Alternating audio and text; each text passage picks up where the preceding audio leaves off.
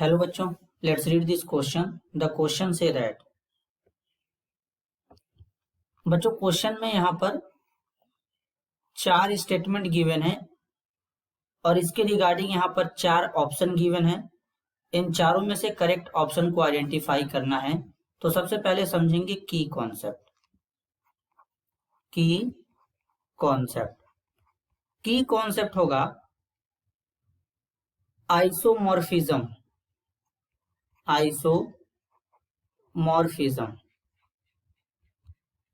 अब basically isomorphism का मतलब क्या होता है बच्चों? तो अगर हम आइसोमॉर्फिज्म में समझें तो बेसिकली आइसो का मतलब होता है सेम और मॉर्फ का मतलब होता है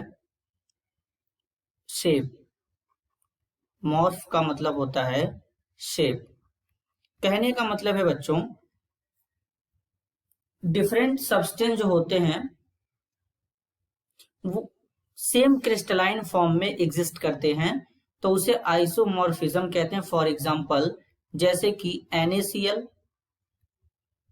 NaBr, ये दोनों एक दूसरे के क्या होते हैं? आइसोमॉर्फिज्म होते हैं। अब बेसिकली स्टेटमेंट फर्स्ट में देखेंगे क्या बोला गया है।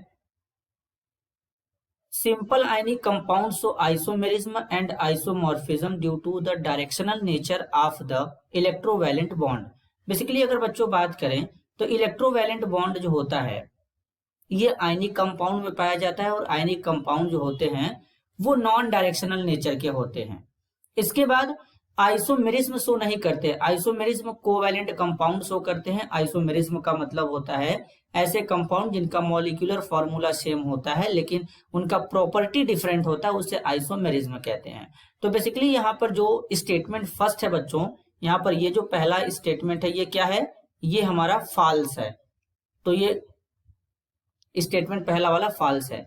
सेकेंड स्टेटमेंट की बात करेंगे बच्चों यहाँ पर, तो सेकेंड स्टेटमेंट में क्या बोला गया है? Covalent bond formed by hybrid orbital are more stronger those are formed by pure atomic orbital. बच्चों अगर बात करें बेसिकली तो जो हमारा कोवैलेंट बॉन्ड होता है, कोवैलेंट बॉन्ड जो होता है बच्चों बेसिकली अगर बात करेंगे तो कोवैलेंट हमारा जो होता है एटॉमिक ऑर्बिटल के ओवरलैपिंग से बनता है। तो अगर हम H लेंगे, हाइड्रोजन लेंगे, इन दोनों का प्योर एटॉमिक ऑर्बिटल यूज करेंगे, तो जब इन दोनों का प्योर एटॉमिक ऑर्बिटल कुछ इस तरीके से यूज करेंगे, हाइड्रोजन होता है एक ही एटॉमिक ऑर्बिटल होता है, इसके पास भी स्फेरिकल होता है, S ऑर्बिटल होता है, तो इनको मिलाने पर इस तरीके से H2 मॉलिक्यूल बनेगा।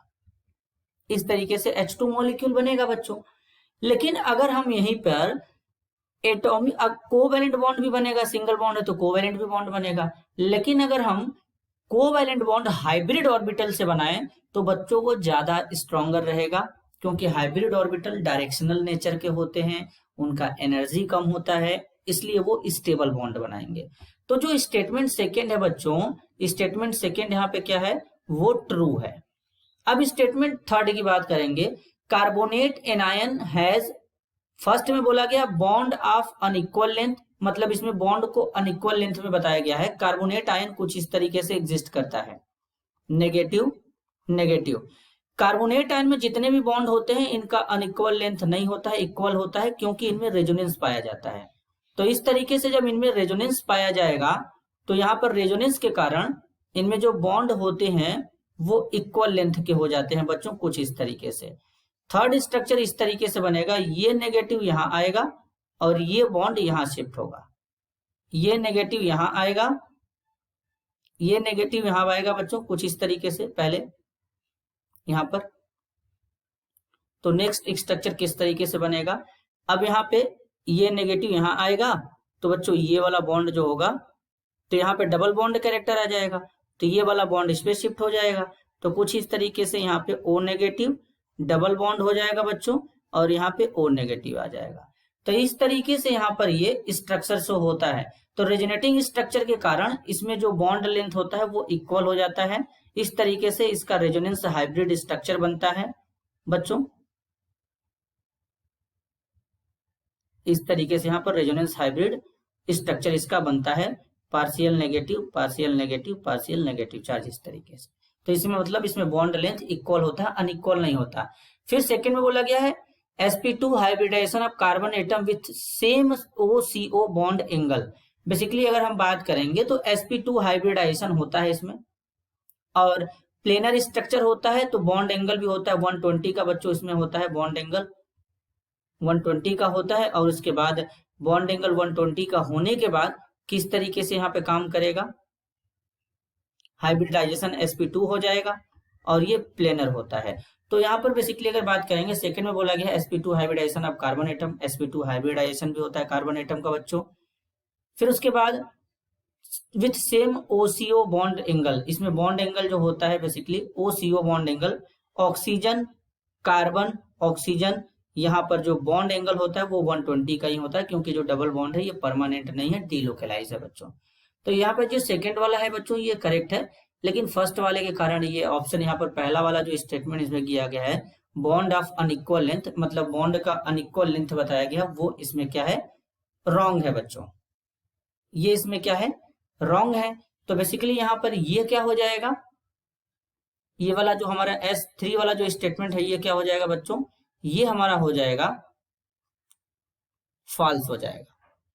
अब लास्ट में बच्चों क्या है, lone pair, the number of lone pair of electron present in xenon compound given है बच्चों, XeO2F2, XeOF4, XeO3, XeO4।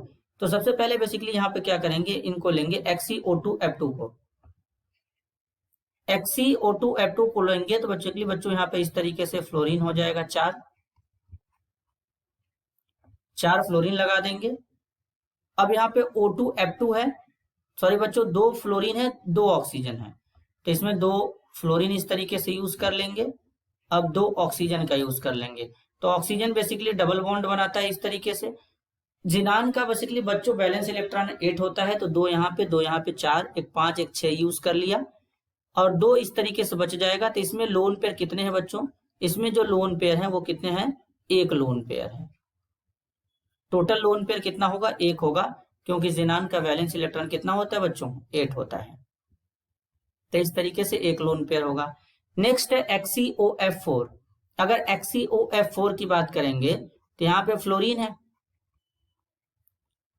यहाँ 4 फ्लोरीन लगा देंगे, डबल बॉन्ड हो जाएगा, तो 6 इलेक्ट्रॉन यूज कर लिया बच्चों, 4 सिंगल बॉन्ड, 2 ऑक्सीजन के साथ में यूज किया, 6 हो गया, तो 1 लोन पेयर इस तरीके से बच जाएगा। तो लोन पेयर कितने हो जाएंगे, 1 हो जाएंगे, क्योंकि वैलेंस इलेक्ट्रॉन 1 होता है।